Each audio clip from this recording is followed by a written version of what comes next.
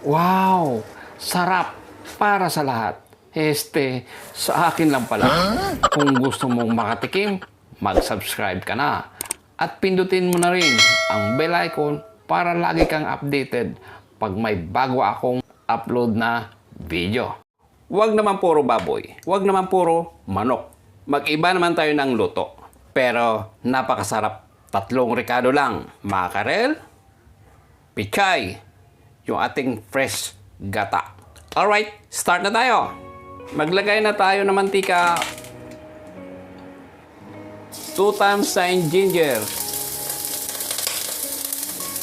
O luya. Haluin lang natin. Yan, pwede nating isunod itong ating onion, 1 piraso.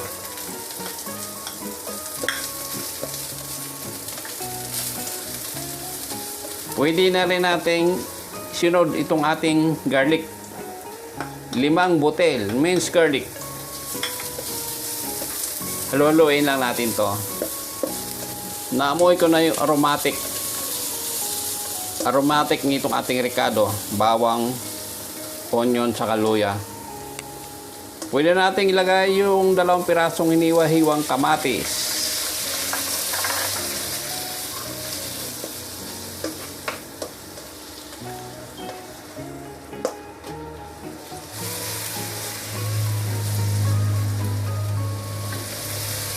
Lagyan natin ng kunting paminta, kunting asin,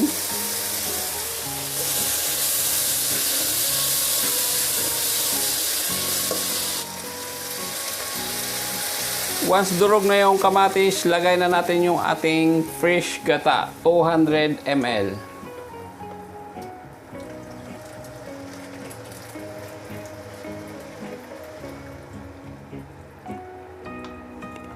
Lagyan natin 1/2 cup na sabaw ng sardinas o yung mackerel.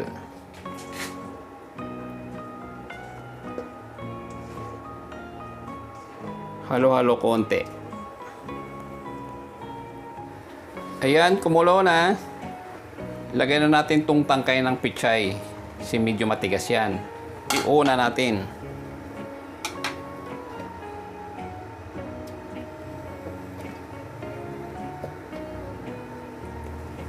Sunod na natin yung ating isda.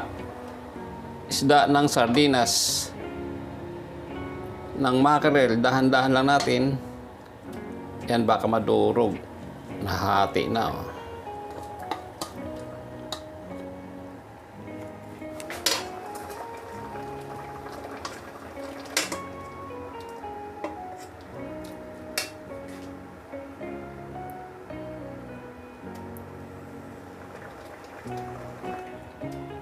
Lagyan natin ng red and green chili para may sipa.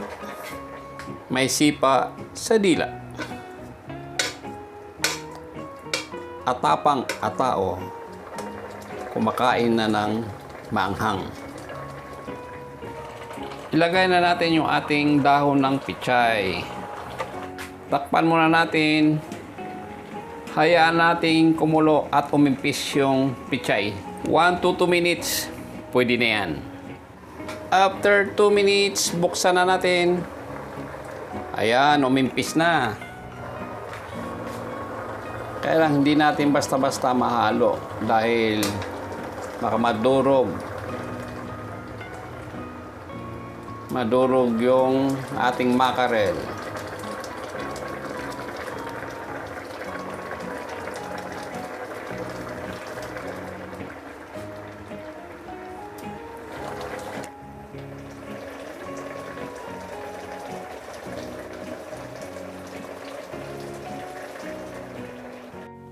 Dito na mga papsi, yung ating pinaghirapan.